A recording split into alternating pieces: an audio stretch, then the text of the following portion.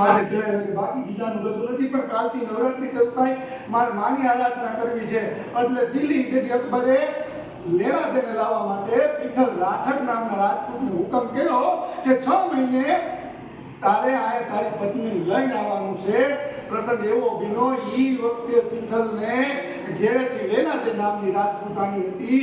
એણે એમ કીધું કે રાજપૂત રાપડા કોઈ સુના ન હોય અને જાઓ તો ચારણ જગદંબાને ગોતવા નીકળી જાઓ.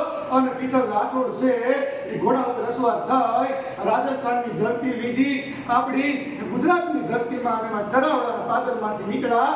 અને 7-8 વર્ષની ચારણની દીકરી છે એ પોતાના વાસરુનું પાવા નીકળી અને ધુમાપડ ભાગડતા એ ડાંગરાનો અવાજ જોમાં ઘોડા બેઠકા. એટલે એ 7-8 વર્ષના દીકરીની હાથમાં જે લાકડી હતી એ લાકડી ઊંચી કરી એ ચારણ જગદંબા એમ કહેતી છે, ક્યાં જા? મારા વાસરું ભડકા તને ખબર નથી પડતી કે માં જેની પાછળ 22,000 નું અકબરનું સૈન્ય આવવાનું હોય એને બીજી ખબર ક્યાંથી પડે? એટલે માતાજીએ કીધું, કેવો છો? કે રાજપૂત. અને ક્યાં નીકળો છો? ચારણ જગદંબા ગોતવા નીકળો છું. પણ માં તને જોઈને મને એમ થાય છે કે ભાઈ તારો મારો ગણો એવરો ને જોણી આકરી આઈ તારો આગરો હે તુંબકા વર્ણો વાનરે મછરાળી મોગલ ગાંધી તય દણકી રે ડુંગર ગાડી. માં તને જોતા મને ખબર પડી જાય કે હવે મારે ક્યાં આગળ જવાનું નથી.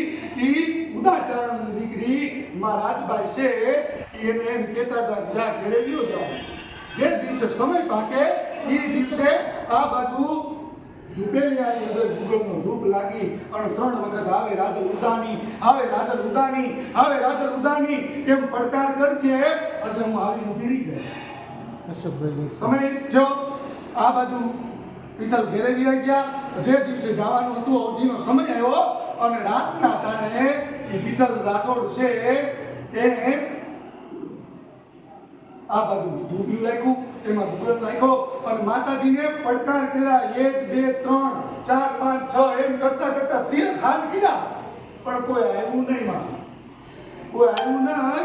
એટલે પીતલ છે એ લેલા તેને એમ કહેતા હતા કે કીત દિલ્હી કીત આગરો અને ક્યાં સરાળો સફેદ દેવી. 7-8 વર્ષની દીકરી ઉપર મેં ભરો કર્યો અને રાજપૂતાણી હું છેતરાઈ ગયો. ક્યાં દિલ્હી આવ્યું, ક્યાં આગ્રા આવ્યું, ક્યાં સરાળો અમે આવ્યો, માં આવશે નહીં. એટલે પીતલે કીધું, ચારણ જગદંબાઓ બોલ્યા પછી આવ્યા વિના કોઈ દી રે નહીં. રાજપૂત ફરીથી પડકાર કરીને માને હાથ કરો.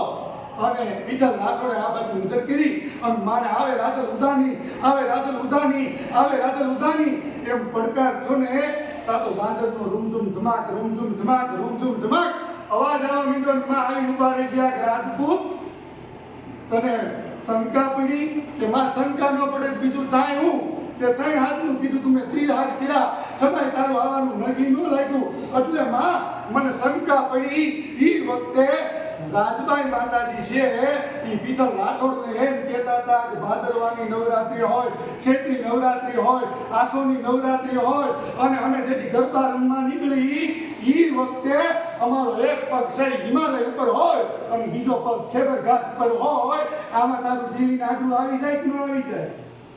પછી માતાજી ગયા અને દિલ્હી અકબર છે એ અકબરની આગળ માતાજીએ સિંહ પંજો મારેલો એમ કે છે.